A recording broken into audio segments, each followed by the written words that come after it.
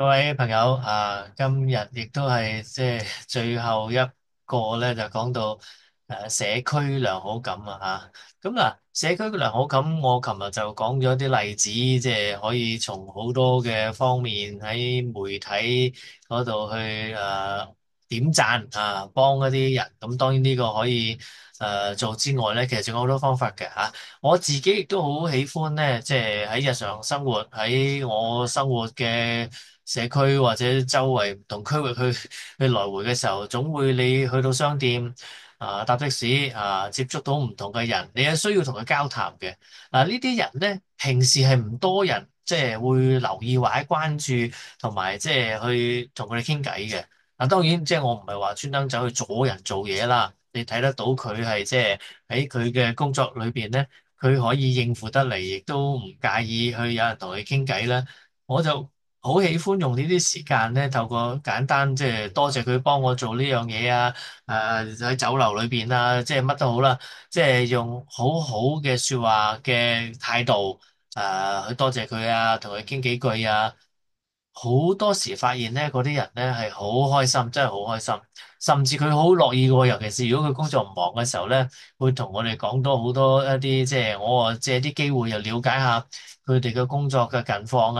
喺每個行業裏邊一啲即係有機會聽下佢講下嘢咁樣。因為我工作大家都知啦，我成日都會聽人講嘢，我亦都真係好真心地即係好樂意聽人哋講佢哋嘅故事。只要唔好阻住嗰人做嘢咧，好簡短已經得噶啦。咁呢啲情況其實就係可以增強到咧，我哋去其實係貢獻緊嘅。大家唔好即係覺得嘥咗時間，好有意思嘅，即係亦都唔會花好多時間。坦白講，即係同嗰個即係提供服務嘅人，或者即係幫你做一啲簡單事情嘅人銀行裏邊嘅人或者即係乜都好啦，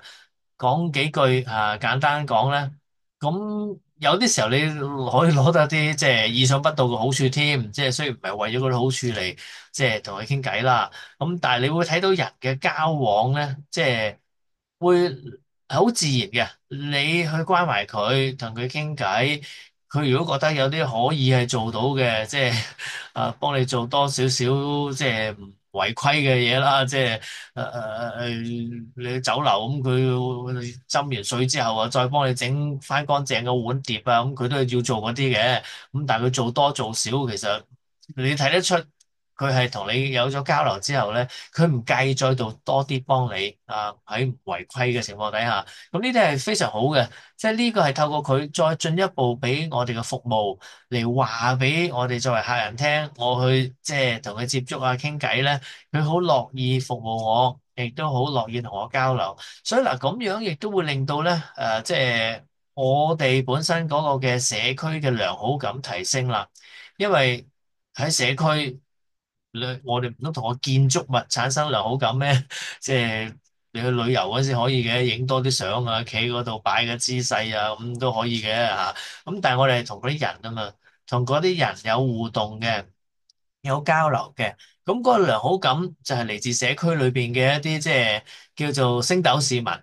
咁嘅話咧，其實係非常好嘅。即係亦都係咁樣可以即係令到我哋嘅即係其他嘅社交良好感情緒良好感咧，全部都會一併咧提高嘅喎。所以嗱，我好鼓勵大家都試下即係你話哎呀，我有少少怕醜或者唔習慣性格嗰方面咧，唔係咁多嘢講。唔緊要嘅喎，呢方面亦都可以增強咗大家咧嗰個即係心理嘅良好感，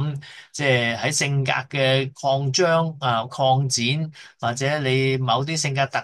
徵裏邊以前冇嘅，能夠透過一啲咁樣嘅舉動啦，嚟對自己作為一個練習咁我哋其實本身都會變得即係擴闊咗嘅喎。咁所以嗱，我好鼓勵啦，而家呢個社會其實好多社會都有類似問題嘅，就對自己居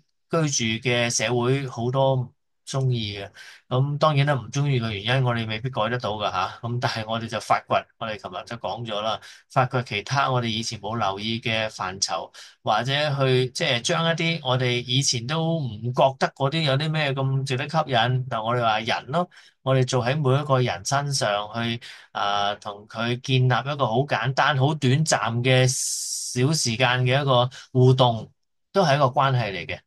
一個互動嘅時候，其實我成日有個諗法嘅，我能夠令到一個人同我接觸完，佢開心咗，可能佢翻到屋企同佢屋企人，佢又會開心啲嘅喎。調翻轉嗱，如果譬如我哋上網睇唔少嘅嘢啦嚇，即係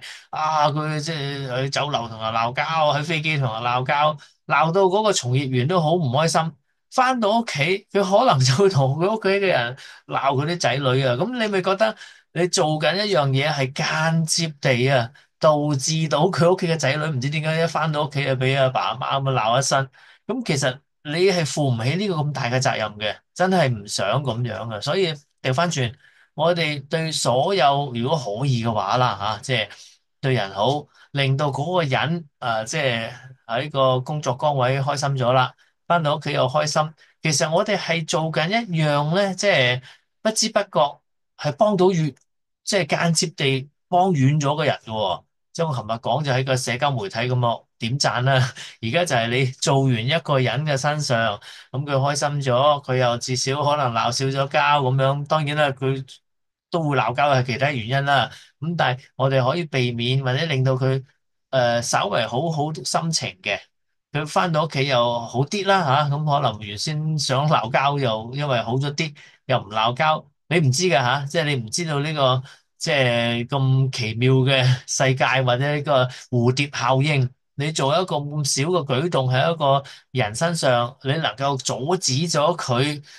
或者有啲案例真係有嘅喎，有啲人曾經真係就諗住自殺，突然間唔知喺邊度有人同佢傾幾句偈，佢又唔自殺嘅喎。所以嗱，你從呢個角度去睇咧，就好值得啦。所以我希望大家咧，即係呢個社區良好感，用呢個方法去接觸到任何人咧，都對佢哋好。咁你自己嘅良好感就提高啦。好，多謝大家。